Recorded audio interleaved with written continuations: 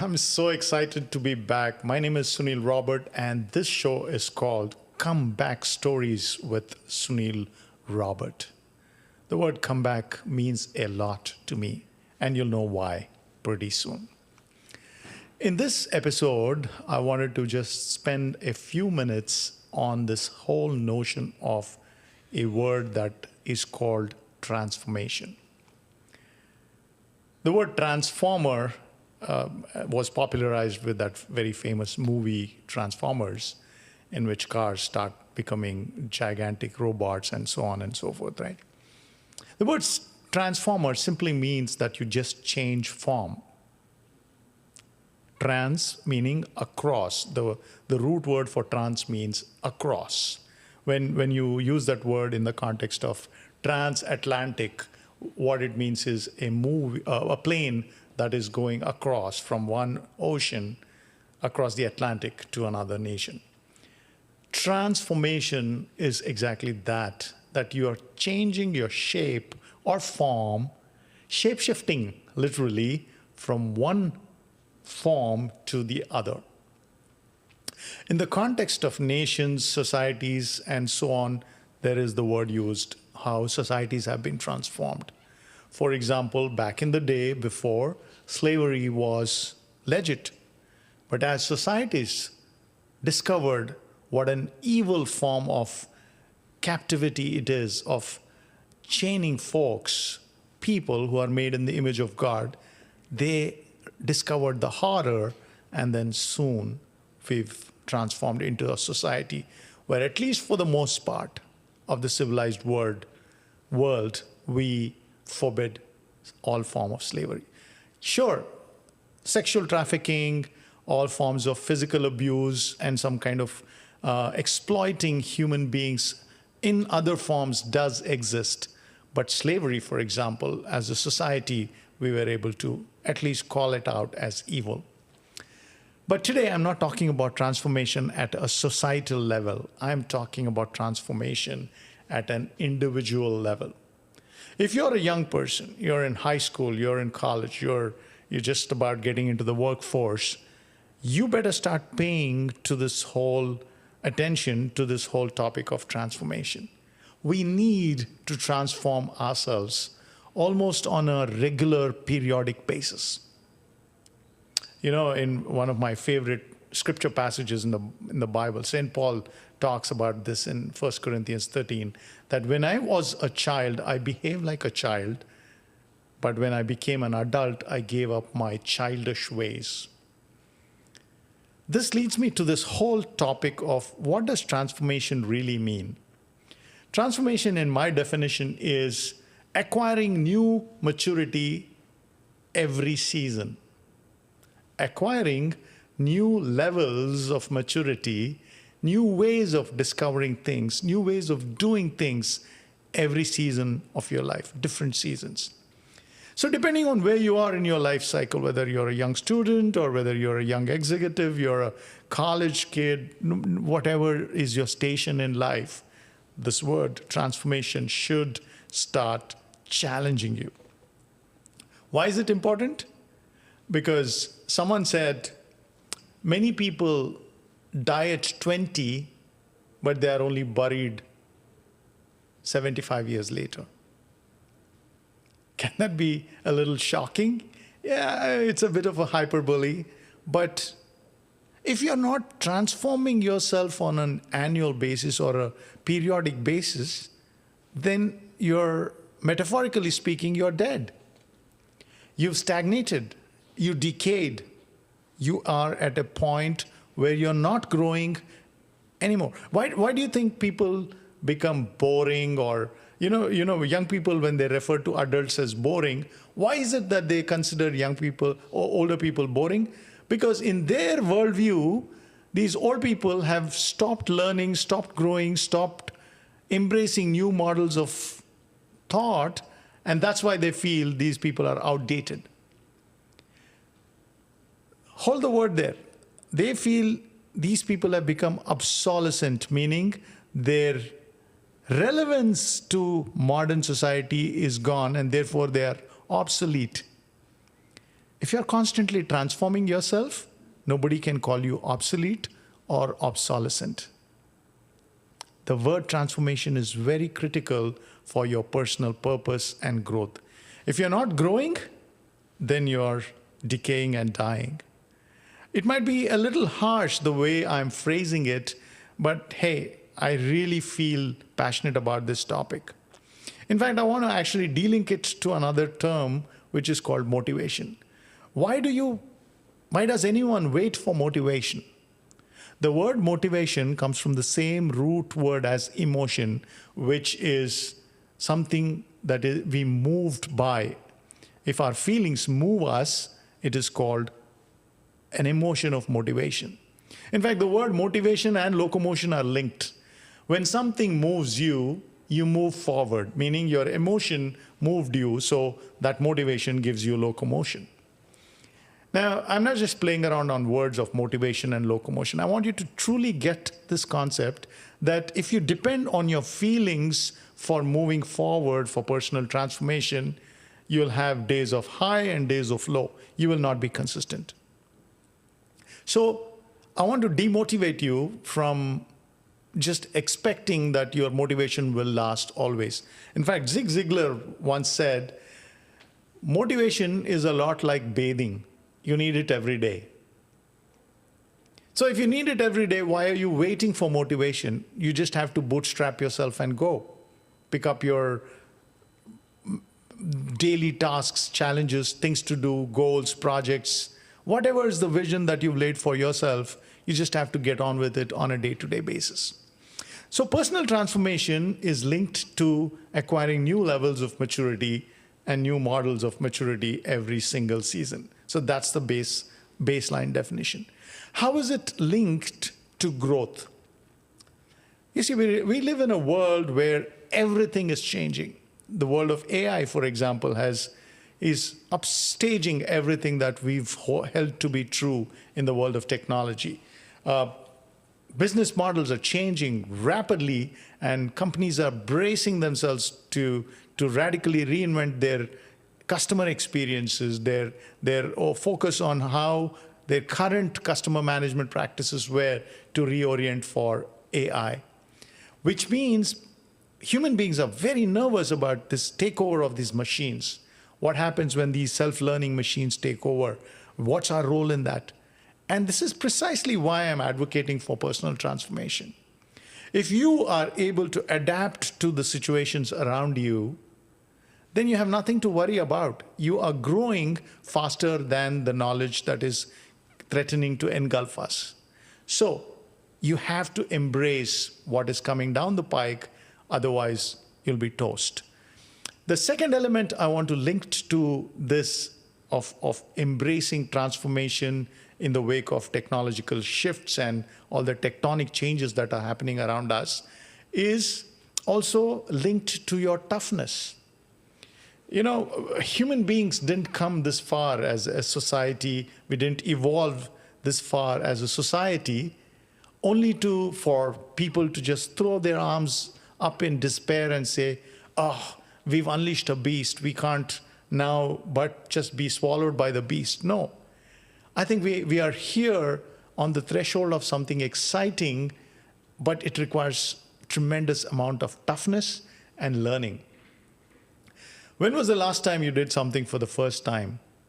I ask people all the time in my training programs and in my lectures, if you've not really wrapped your arms around this whole notion of AI, it's a fascinating world. It is quite exciting.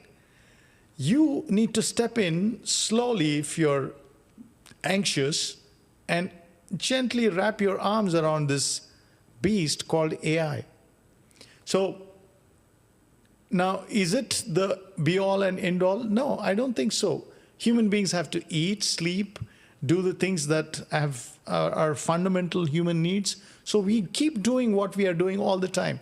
The desire to travel, for example, the desire to go out and see the sunrise or watch a sunset. These are fundamental human impulses that will continue to drive human beings. So what does it therefore mean for you? It means the same, that you do what you've been doing, but you also read the world around us and start making sense of the signals that are coming your way. So how do you develop toughness that will lead you to transformation? Here are some practical tools. So the first thing that you need to understand is technology is going to shift everything, and technology becomes the basic handle by which we will do everything. So if you're saying, oh no, I'm too old, you can't teach an old dog new tricks, then you got to shed that mindset. You've got to learn new tricks. You've got to embrace technology. You've got to slowly starting to come around. And by the way, you may have already embraced technology without realizing so. Every time you're asking Siri for directions or you're asking Alexa for directions, you're already in some shape or form embraced AI. So it's just a matter of grading up and going up the hill and start embracing it full on and start making this an integral part of your life. Why am I stressing AI so much in this episode? Because to me, that's a great metaphor for embracing challenges across any other sphere. For example, a diagnosis that is coming for you. In that situation, what can AI help you with? It surely can help you with some things.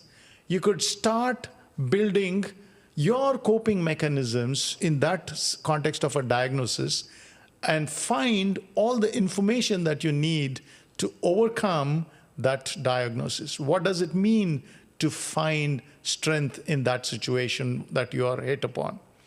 Let's say you're coping with an emotional or a wellness-related issue. There is no one coming to help you, folks. You've got to pick up the baton and run. You've got to pick up the gloves and start punching. You've got to start moving your feet and start running. No matter which sporting metaphor you take, I don't care, but no one's coming for you. You've got to take responsibility. In fact, growing up in public speaking circles, we were very fond of a quote that said, "If it is to be, it is up to me. If it is to be, it is up to me." The whole notion of personal responsibility as the primordial trigger or the lever on which change happens.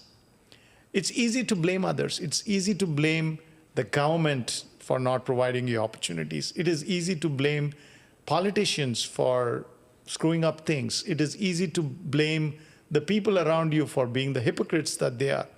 What you might be saying may be 100% true, but no one's coming for you. You've got to say, if it is to be, it is up to me. You want to make your life better? You want to transform into something else? You come across your situation and go into a new era, a new landscape, a new setting. Someone even jokingly said, "You're not a tree, you can easily change." Meaning, it's almost like a simplistic, derisive, mocking metaphor there. You're not a tree, you can simply change. Meaning you can just get up and walk away. The point I'm making is, human beings have this fundamental capacity to change no matter what stage of life they are in. So, let me scare you a little bit in today's episode. And like I said, I don't mind being called the demotivational speaker. I'd love to be called as a motivational speaker. But if something that I said demotivates you, let it be so. It is for a reason. If you're not transforming, you are deforming. You know, back in the day, when leprosy was still a thing, it used to eat away at people's bodies, their fingers, and I'm sorry I'm painting a very gory picture, but after a while, the leprosy would just have such a gory impact on their bodies that their wholesomeness is eaten away by the disease. Take that as a metaphor for what is happening on your inner spirit. If you're not transforming your inner spirit by constantly rejuvenating and nurturing your soul and rising to the potential that you have, then you are doing the exact thing that leprosy does to a body. Your soul is getting deformed. It is getting damaged in shapes that you can't even process or imagine. Now you might say, you don't know what is happening, mister. It's easy for you to sit in an air-conditioned studio and speak into a microphone. You don't know what I'm going through. Maybe true. But the point I'm making is, I've been through some hardships too. I've been through some difficult, impoverished conditions growing up. I've seen death in close quarters. I have experienced tough life. So please don't tell me that I'm just speaking it from academic knowledge or knowledge acquired from books. I'm coming at you from the school of hard knocks. So if life landed a hard jab at you or knocked you over and you're sitting there lying down, you've got to rise. The reason we call it a comeback is if you're breathing, you're capable of a comeback. If you're able to just get up and do your daily things, you're capable of a comeback. And that's what I mean by transformation story. You have to rewrite your transformation story. Either you're getting transformed into a new context, into a new landscape, into a new world that you're visualizing, or you're getting deformed and getting decayed into a world that is spiraling you into a deeper pit of despair and depression and a whole lot of dysfunctional destruction. So my challenge to you is this: what is your personal transformation strategy? What is it that you really want to change? What's your desired outcome? Write it down.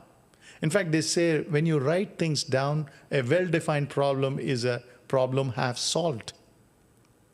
Where do you want to go from here? What is the ideal wellness condition that you want to see yourself post that diagnosis? If you've hit a roadblock in college and you failed some courses, a relationship breakdown happened, your girlfriend let you down or your boyfriend let you down, you're going through these peaks of despair, believe me, I understand. The first time I was crushed in a love relationship, it took me ages to come out of it. And there is a part of me that is still so deformed because you never truly outgrow some of these experiences. You carry that gnawing pain in the bottom recesses of your heart. So I understand that. But the point is, don't let your past affect your present and destroy your future. What is it that you can do today to transform? You can't postpone transformation to another day, to another week, another month. My dear friend, I challenge you to sit down and say, what is it that I can do today to change my status quo?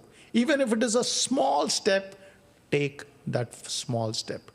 The way you build momentum is taking small steps. Call that person, call a friend, call someone, get out of that state of inertia and that morass of inactivity. Take that first step. All transformation begins with one step. A 1,000-mile journey, that poet said, begins with a single step.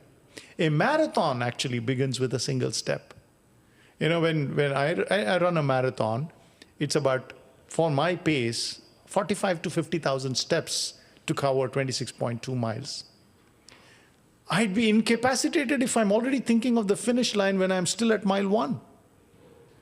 And you ask any long-distance runner, they'll say the mantra is quite simple: putting one step, 1 feet ahead of the other, one step at a time. You run a marathon one step at a time. Somebody said, how do you eat an elephant? You eat an elephant one bite at a time. If something is towering over you as a problem, if something is closing in on you and threatens to upstage you and crush you, you can defeat this giant in your life.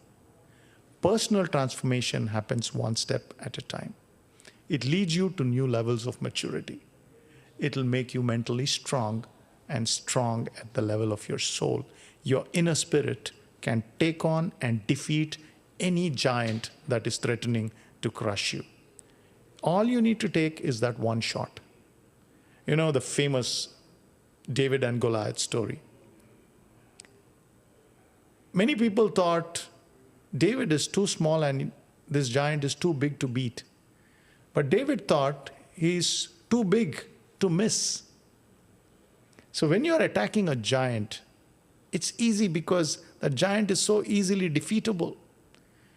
What you possess inside your spirit as a reservoir of strength, of resilience, is far incomprehensible than you can think of. But if you can get that momentum with you of one step at a time in the direction of your problem, you will make progress.